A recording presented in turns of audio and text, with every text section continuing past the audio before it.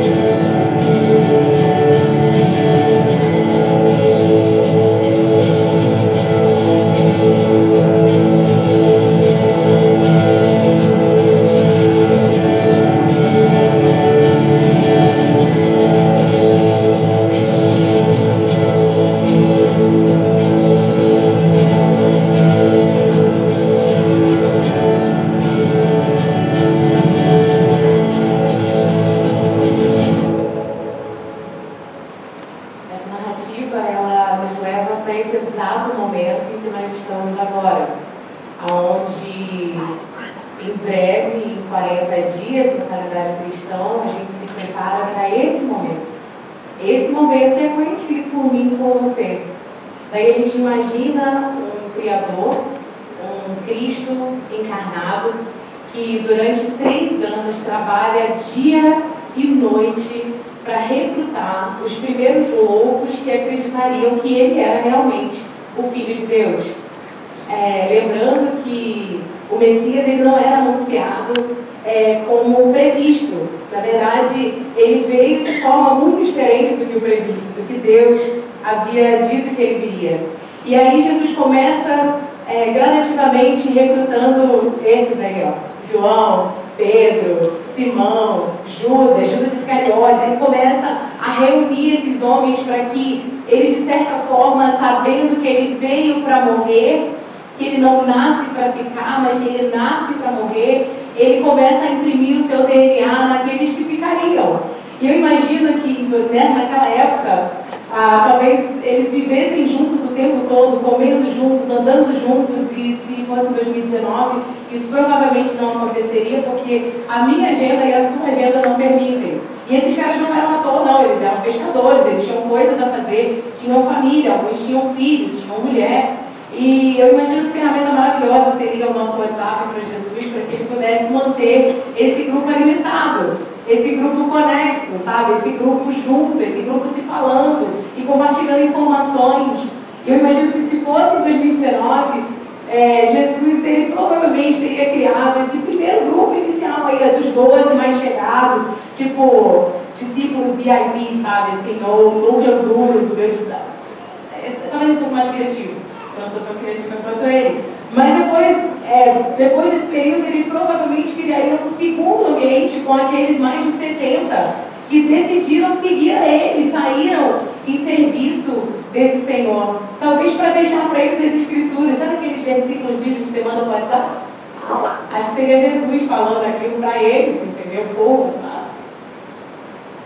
Tudo bem. Eu acho que seria fenomenal. Eles receberem palavras de Jesus, direto, constante.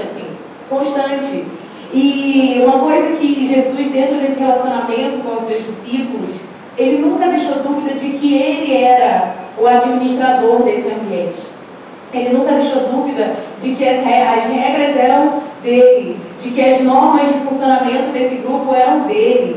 Ele era aquele que, dentro desse contexto com os seus ali, começava a distribuir funções, a delegar funções, a lembrar a ele que aquele ambiente era para quê? Não era para cachorrinho de manhã, não era para tirar foto, tipo, da mulher lavando louça, não. Era por um propósito muito específico. E imagino que, sabe, durante essa jornada com eles, o próprio Cristo, ele começa a falar, Judas entrou, mas já digo para vocês que um de vocês aqui vai sair. Está entrando no grupo para sair, e vou tirar mesmo. Ele não tinha esse dedo que a gente tem hoje, sabe, porque ele tirava. Aqueles que não davam fruto, aqueles que não queriam algo com ele tirava do grupo mesmo, porque ele sabia o que ele estava chamando aqueles discípulos para fazer. Ou até mesmo ele prova essa administração quando, dentro desse ambiente, alguns discípulos começam a postar fotos no grupo, dizendo, olha, eu estou expulsando demônios, olha, eu estou curando pessoas. E Jesus na lata fala assim, olha só, não se alegrem porque vocês estão expulsando demônios, alegrem-se porque vocês estão no meu Pai. É para isso que vocês estão aqui. Lembra por que vocês estão aqui? Lembra o motivo dessa comunhão? E ele começa, então, a deixar tudo isso muito claro entre os discípulos. E ele se mostra, então, o administrador desse aplicativo, mas aponta sempre para o Pai como dono desse aplicativo. Sim, eu estou gerindo vocês, mas o dono disso tudo é o Pai. Olhem para o Pai. Conectem-se com o Pai. Olhem para o Pai. E vocês sabem muito bem, a Bíblia ela deixa muito claro que Jesus ele não veio para permanecer. Ele veio para ir embora. E, eventualmente, a cena é essa. Jesus, ele sai desse grupo. Jesus deixa essas pessoas. Jesus simplesmente, depois de uma longa narrativa de que eu não vim para ficar, de que eu estou aqui, mas eu não sou desse mundo, se preparem, porque vai chegar um dia que eu não estarei mais com vocês. Finalmente, ele deixa esse grupo. E essa é a nossa nova série, pré-pascual, nesse período quaresmal, onde a gente vai poder olhar para esse momento em que o Deus encarnado, Ele deixa a humanidade, mas Ele nos deixa com um novo administrador. E nessas próximas 4 semanas que antecedem o nosso período de Páscoa, e um pouco mais, né, são 6 semanas exatamente, a gente vai falar exatamente sobre ele, sobre esse novo administrador. Então, se você está começando essa série hoje com a gente, eu te encorajo a não interrompê-la no meio do caminho. Hoje a gente vai introduzir falando de quem ele é e para que ele veio, para que ele está aqui. E as próximas semanas elas vão ser um desdobrar de tudo que esse novo administrador tem para oferecer para a gente, inclusive nesse período pascal. Então, fica aí, tá bom? Fica aí com a gente. Você tem 4 semanas de série com a gente. Quero te convidar para abrir a Bíblia, para a gente falar sobre esse novo, esse outro que Cristo fala que vai deixar para a gente. Enquanto você acessa a sua Bíblia, se você não trouxe, vai estar projetado. Mas se você é de Bíblia de papel, cara, usa a Bíblia de papel. É bom para você saber aonde estão as coisas, é bom para você rabiscar essa Bíblia. Eu voltei a usar a minha e eu já falei isso para vocês algumas vezes, tem sido muito gostoso, porque hoje em dia eu sei onde fica a voz de novo, sabe que a gente vai esquecer, a Bíblia é grande. Então eu te encorajo, se você não tem usado sua Bíblia de papel, a usar, mas se você está no seu aplicativo, você pode usar também. João 14, a gente vai ler do versículo 15 ao versículo 27. E só para você ter um pouco de contexto de onde a gente está aqui, Jesus está numa jornada ministerial com esses caras, certo? Ele está andando com eles e eles já tiveram momentos 1 a 1 com ele, onde ele ensinava a respeito de si, mas também falando acerca do reino e todos os ensinamentos possíveis, até que Jesus começa a performar, a mostrar a eles o seu poder através de curas, milagres e arrastando multidões e fazendo chuva parar. Então, todos esses eventos levam para esse lugar. Mas aqui, exatamente em João 14, ele já está no clima de despedida, porque lembra que ele não veio para ficar, ele veio para ir embora. E aí ele começa então a anunciar, olha, lembrem que eu estou aqui, mas eu não vou ficar aqui. Ele começa a falar para eles, olha, na ceia, eles sentam para comer juntos e Jesus começa a deixar meio que as suas últimas instruções, sabe? Se vocês não lembraram de nada que a gente viveu nesses últimos 3 anos, presta atenção, é isso que eu quero que vocês façam. Jesus começa a ser muito direto, muito objetivo, talvez como seu avô ou sua avó, quando está ali já naquela idade que ele já não tem mais filtro, aquela sensação de eu não tenho tempo a perder, então menino, não presta atenção, sabe essa urgência de comunicar coisas que precisavam ficar impressas nessas pessoas. Daí ele vai, narra isso na ceia do Senhor, ele chega com Pedro e fala para ele, Pedro, eu sei que eu estou indo embora e infelizmente eu preciso te dizer que você vai me trair. Ele aborda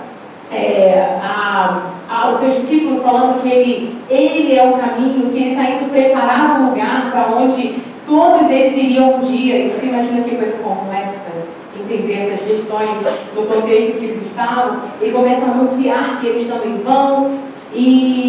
Mas aí a gente chega nesse lugar onde ele começa a narrar sobre o outro.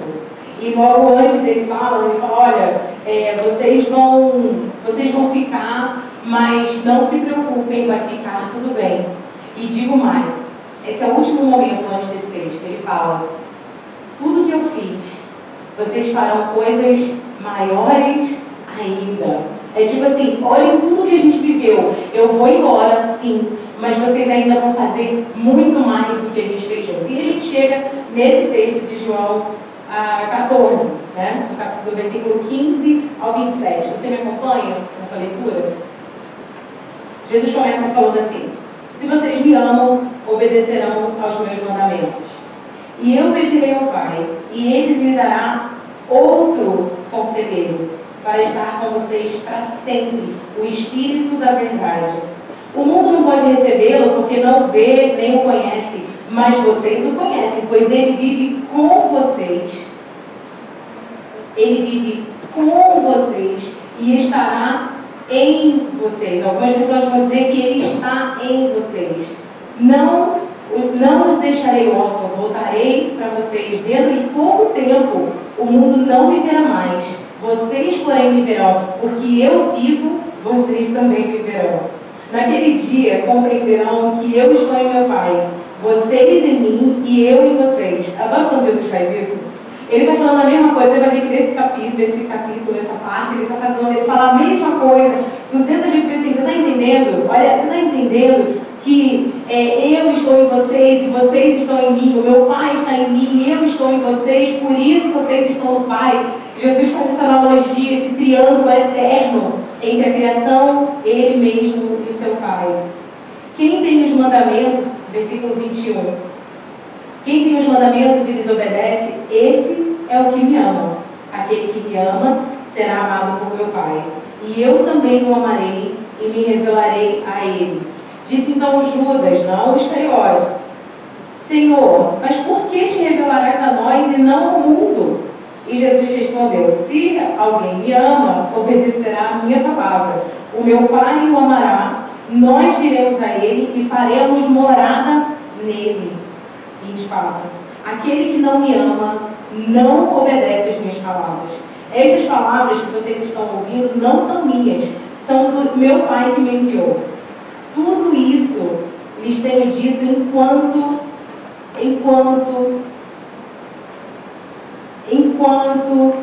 ainda estou com vocês. Mas o Conselheiro, o Espírito Santo, que o Pai enviará em meu nome, lhes ensinará todas as coisas e lhes fará lembrar tudo o que eu lhes disse. Deixe-lhes a minha paz, a minha paz lhes dou. Não dou como o mundo dá.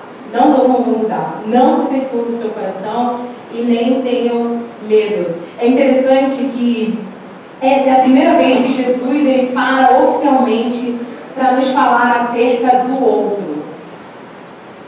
Ele fala que ele vai embora e um outro conselheiro virá. É a primeira vez que ele fala que dessa segunda, lógico que o Espírito Santo ele aparece antes, ele é falado antes, mas Jesus ele fala para os discípulos outro conselheiro como allos, que no grego é outro de mesma espécie, não uma espécie diferente, mas o mesmo Deus que eu sou, eu vou enviar para vocês como um conselheiro. E aí ele fala: eu vou enviar o Espírito da verdade, o Consolador, o Ajudador, aquele que vai andar com vocês, o Paráclitos, que é aquele que vai ficar ao seu lado. Aí, vocês repararam que Jesus falou assim: até então o Espírito Santo ele estava com vocês, agora ele vai ficar em vocês. No versículo 15, do capítulo 15, lá para perto do 16, ele começa a falar: se eu não for embora, o Espírito não virá, então eu preciso ir para que a obra do Pai seja completa, para que vocês recebam esse Espírito. Espírito esse que vai aparecer no Antigo Testamento pairando sobre a face das águas, do Gênesis. Espírito esse que é o Ruá, o sopro de vida, aquele que traz a criação à existência. Espírito esse que incorpora profetas para que eles façam coisas. E eu sei que eu usei essa palavra incorpora, você está assim, mas literalmente a Bíblia fala que o Espírito entrou em Ezequiel e levantou, ele botou Ezequiel de pé. Espírito esse que antes, no Antigo Testamento, ele era posto sobre alguém e sobre o povo e retirado à medida que o trabalho dele já tinha sido feito. Era uma coisa que Deus falou assim: tá, acho que agora vocês precisam, toma. Ah, não, vem, eles não têm, é como se assim, eles não aguentam isso agora não. Não aguenta. Daí no Novo Testamento, esse Espírito ele começa a ser falado como aquele que prepara a humanidade para o entendimento do que iria acontecer em Cristo. Ele também aparece como aquele que germina a Virgem Maria. Ele coloca Cristo na barriga de Maria. Sim, o Espírito Santo germina Maria. Ele vai aparecer com Cristo sendo batizado, vocês lembram disso? Jesus é batizado e ali ele é apresentado como a pessoa da Trindade, onde o Filho está sendo batizado, o Pai está falando do céu: este é o meu Filho amado, e o Espírito Santo pairando ali, falando: é isso mesmo, vocês estão me ouvindo? Olha aí, ó. A Trindade se manifesta diante da humanidade. E aí a gente chega exatamente nesse momento. onde Jesus oficialmente fala assim: eu vou enviar alguém, eu vou enviar o outro. E ele fala no versículo 16, no versículo 15: se vocês me amam, olha só que interessante. Jesus está com os discípulos falando de um monte de coisa importante, são instruções muito importantes. E aí ele para falar assim: se vocês me amam, obedecerão os meus mandamentos. Eu imagino esse momento onde você já se despediu de alguém assim, por um período bem permanente, você tem aquele momento de o que é, e agora, assim? Aí você só fica, às vezes você só fica se olhando porque você não tem nem palavras. E a sua vontade de falar assim: qual é a última coisa que você quer que eu faça? O que você gostaria que eu fizesse? Você quer jantar comigo? O que você quer? Ou então no caso de morte mesmo, aonde isso é muito comum nos filmes de Hollywood, onde a pessoa chega e fala, aí não consegue falar, né? Dá um nervoso, que o morto fica, me promete, você, beleza, eu prometo. Eu acredito que os discípulos estavam num momento assim de Jesus, tá, a gente está ouvindo todas essas coisas, mas o que o Senhor quer de nós? O que o Senhor quer de nós? Aí ele fala: se vocês me amam de verdade, vocês obedecerão os meus mandamentos. É interessante como logo antes de falar do outro, ele fala sobre a expectativa dele sobre nós. O que eu quero de vocês, Pedro, Tiago, Simão, Tomé, o que eu quero de vocês é que vocês me obedeçam. E vocês mantenham tudo aquilo que eu ensinei a vocês. É só isso. É só isso. Me amem e me obedeçam. Aí ele fala: e eu pedirei ao Pai, e Ele lhe dará outro conselheiro para estar com vocês para sempre. Eu pedirei ao Pai, e Ele estará com vocês para sempre. E aqui eu consigo ver Jesus meio falando para a gente assim: eu vou fazer isso porque senão vocês não conseguem fazer o que eu acabei de pedir. Eu vou mandar alguém porque sozinhos vocês não conseguem fazer o que eu acabei de pedir para você fazer. E ele fala: eu pedirei ao Pai que dará a vocês outro conselheiro. Lembra que esse outro aqui, ele não é hétero, ele não é de outra natureza. Eu vou mandar para vocês o Deus encarnado, a pessoa do Espírito Santo. Ele é uma pessoa, ele vai, assim como eu estou aqui, ele estará em vocês. É como eu vou entrar em vocês através desse Espírito Santo. E a Bíblia ela vai dizer algumas coisas sobre esse Espírito, que você vai ver na tela. Em alguns textos a Bíblia ela fala características muito reais desse outro. Se o Cristo vai embora, olha para mim. Se o Cristo vai embora e ele fala que a última coisa que ele vai fazer antes de voltar é deixar alguém conosco, esse alguém tem alguma coisa muito, muito primordial para nos oferecer. E a Bíblia vai dizer que esse outro, ele fala, ele testemunha, como em João 15, ele ensina, como em João 14, ele guia, ele lidera e proíbe certas coisas. Ele tem o trabalho de convencer a humanidade daquilo que a gente não consegue entender ou absorver. A Bíblia vai dizer que até a vontade de adorar a Deus vem dele, e isso é o que o Espírito produz em nós. Em João 14, ele vai dizer que ele habita com aqueles que são seguidores de Jesus. João 14 vai dizer que ele é o outro consolador. Ele é tratado como alguém que virá, ele decide sentimentos. O Espírito Santo é uma pessoa. Ele é real. Ele não é uma ideia, ele é real. Ele vai dizer que ele possui uma mente, que ele tem conhecimento, que ele tem afeição, que ele tem uma vontade, que ele tem sentimentos e emoções. Alguns desses atributos caracterizam pessoas. Inteligência, emoção, vontade caracterizam pessoas. Ele tem sentimentos e emoções, ele sofre injúrias. Ele pode ser blasfemado, alguém pode mentir a ele. Apesar de saber todas as coisas, as pessoas podem mentir ao Espírito Santo. Ele é eterno, ele é ultrajado, ele é insultado, ele é onipotente, ele é onipresente, como em Salmo 139. Ele faz as obras de Deus, Ele criou o universo, Ele regenera o homem, Ele ressuscitará o corpo que morrer, é Ele que vai dar a vida novamente. Ele fez e faz milagres, Ele inspirou pessoas que escreveram a Bíblia. Esse é o outro que Jesus está falando aqui.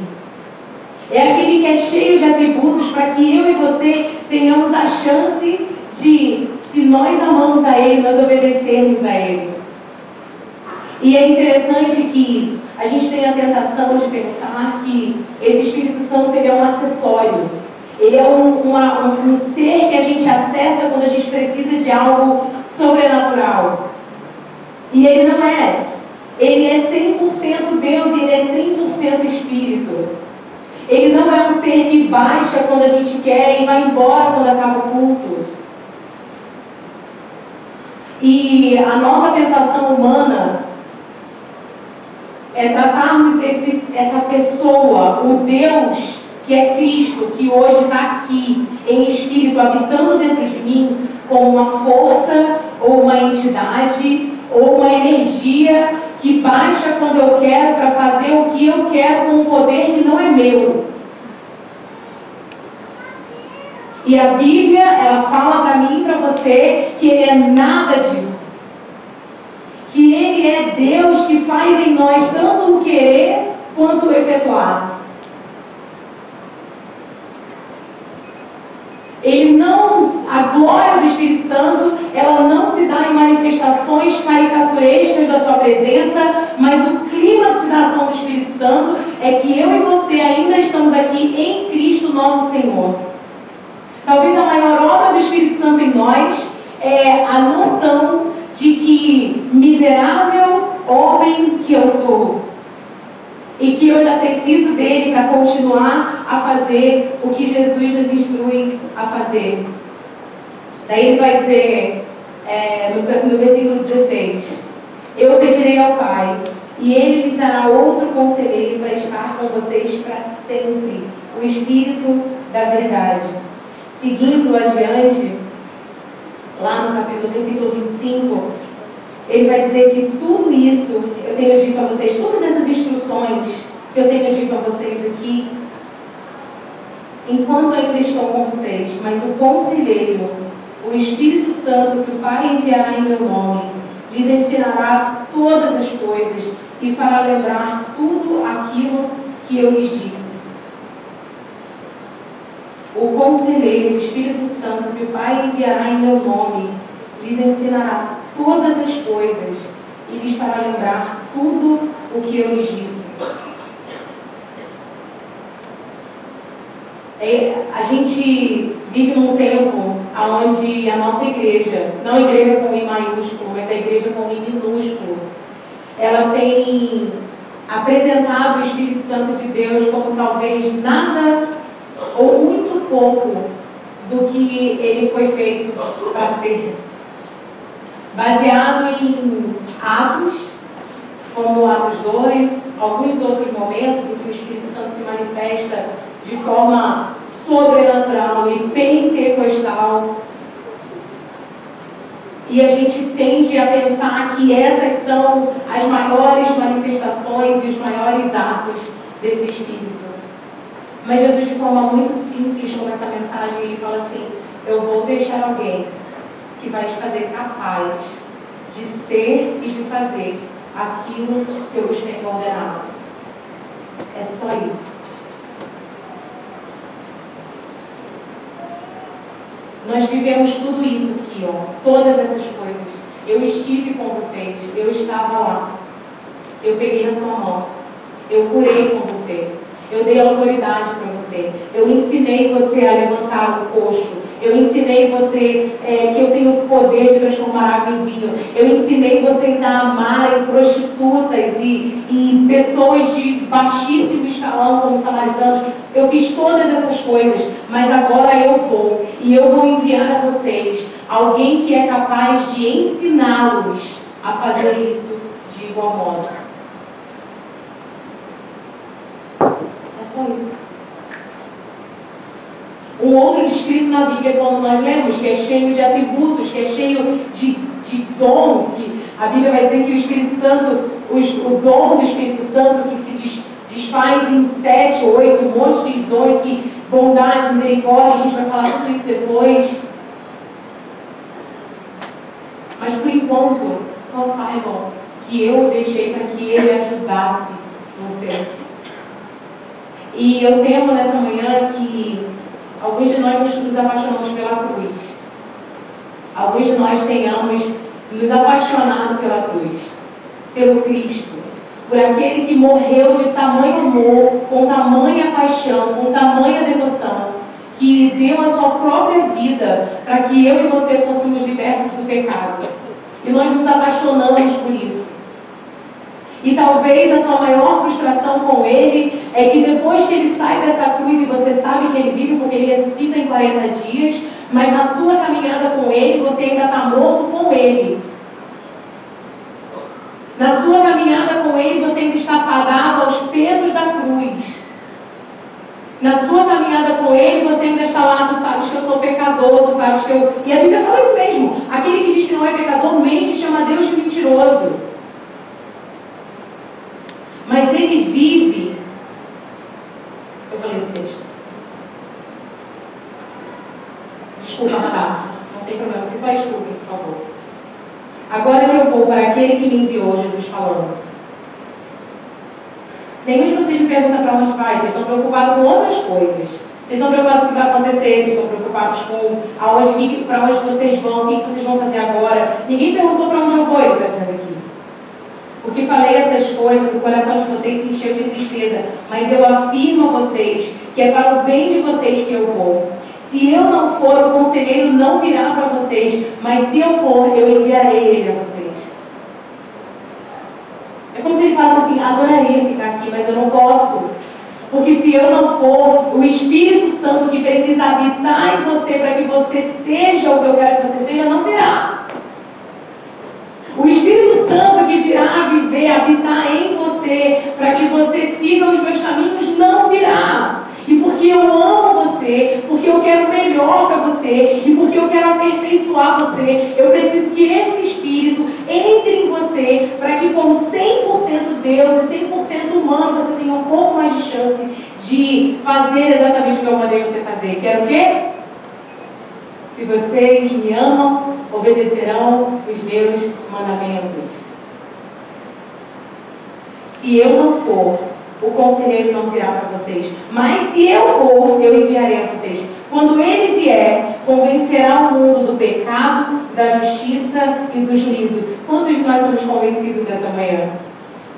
Não convencidos de que se você não entregasse a sua vida para Jesus, você vai para o inferno, vai queimar lá, não. Não. Convencidos do amor e da graça de Deus. Convencidos de que miserável homem que sou. Convencidos de que, meu Deus, eu em mim sou fadada ao fracasso.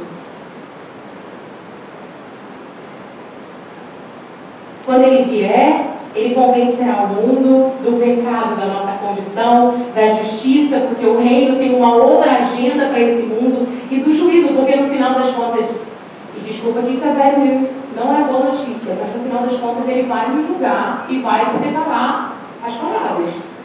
E ele fala exatamente isso. Do pecado, porque os homens não creem em mim, eles precisam ser convencidos de que eles precisam de mim. Da justiça, porque eu vou para o Pai e vocês não me verão mais. E do juízo, porque o príncipe desse mundo já está condenado. Tenho ainda muito que lhes dizer, mas vocês não podem suportar agora.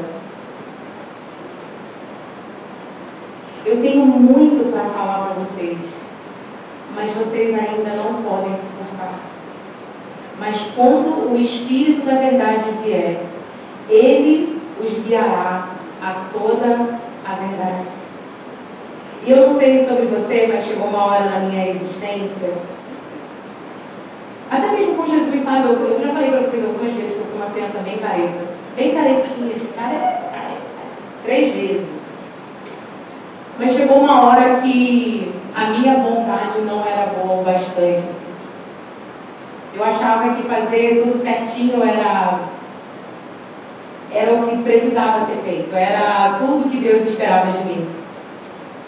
E todas as vezes que eu abordei a Deus, eu falei, Senhor, me ajuda a entender quem eu sou. Me ajuda a entender quem o Senhor é. e me ajuda a entender o que o Senhor quer de mim, eu entendi que eu não sabia nada. Porque o Espírito Santo, ele nos guia a uma verdade que nós ainda não conhecemos. Infelizmente, talvez você tenha vindo de um lugar onde esse Espírito Santo tenha a ensinar performances caricaturescas. E não tem problema. Se o seu histórico de vida é de gente caindo pelo chão, e línguas estranhas, e toda essa performance do Espírito Santo que se dá de forma física, se esse é o seu histórico, olha para mim.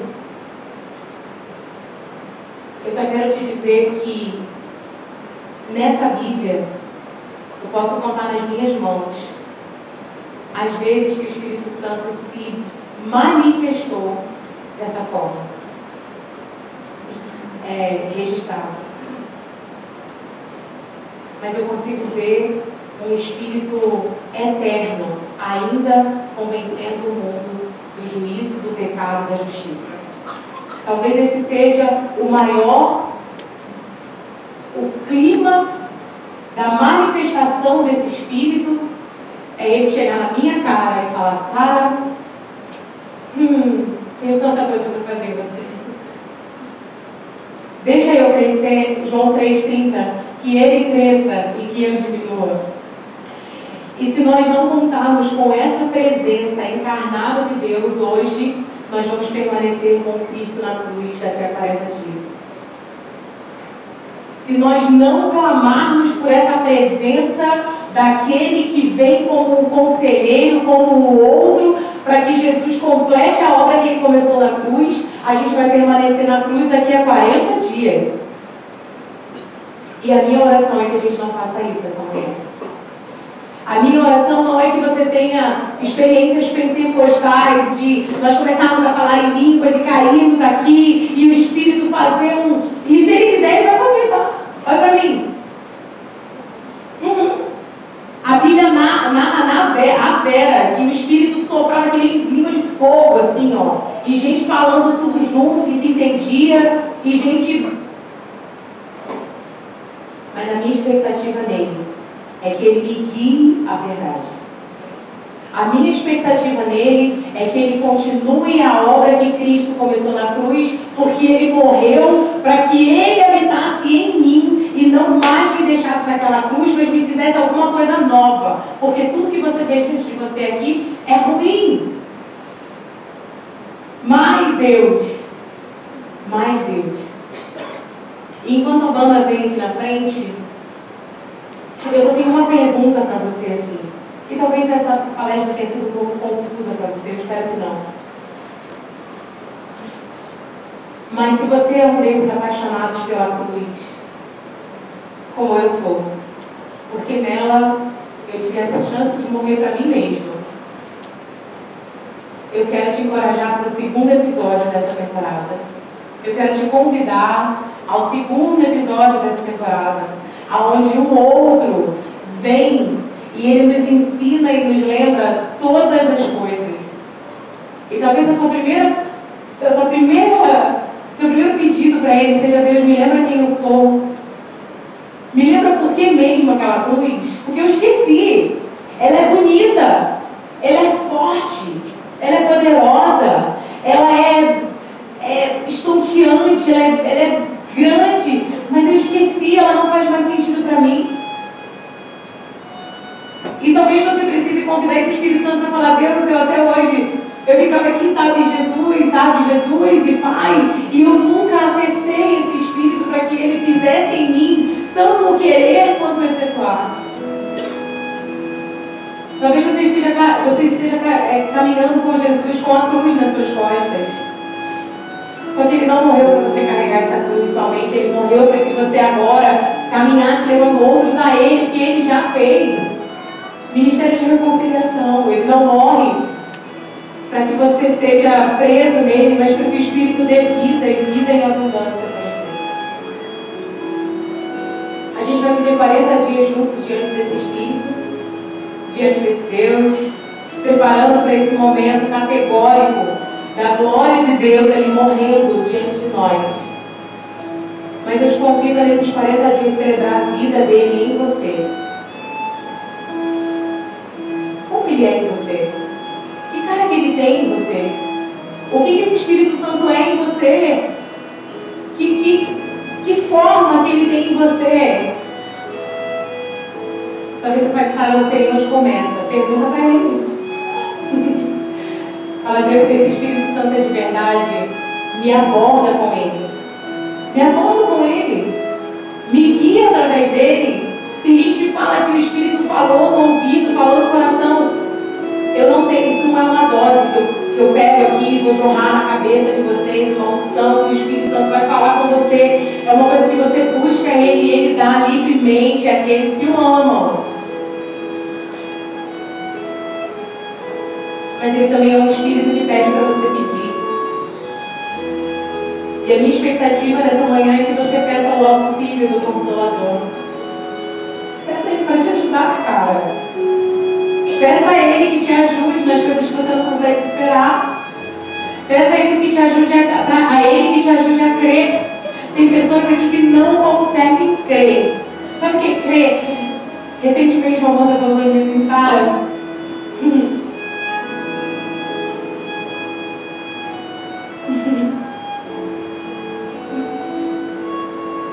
ela falou, Sara, eu acho tão lindo o que vocês dizem. E eu sinto em torno de mim essas coisas, mas eu não consigo crer ainda. Eu não sei o que é que eu não consigo crer. E a minha vontade é pegar o Espírito Santo e enfiar água, ela vai que é assim, ó. Mas eu não posso. Você precisa falar assim, Senhor, Pai de todos, Filho de Deus, vem. Eu não sei o que isso vai ser, eu não sei se você vai orar silenciosamente num cantinho como Ana, eu não sei se ele vai aparecer para você como um anjo, eu não sei o que ele vai fazer, mas essa manhã, a minha expectativa é que você vai dizer, Espírito Santo, eu não sei nem do que se trata, e faz muito tempo que eu não te vejo, mas se o Senhor puder, vem de novo, assim, me guia, me ensina, me lembra as coisas que o meu Salvador outra hora me falou, para que eu esteja conforme a imagem e semelhança do meu Criador. Faz alguma coisa em mim. É só isso.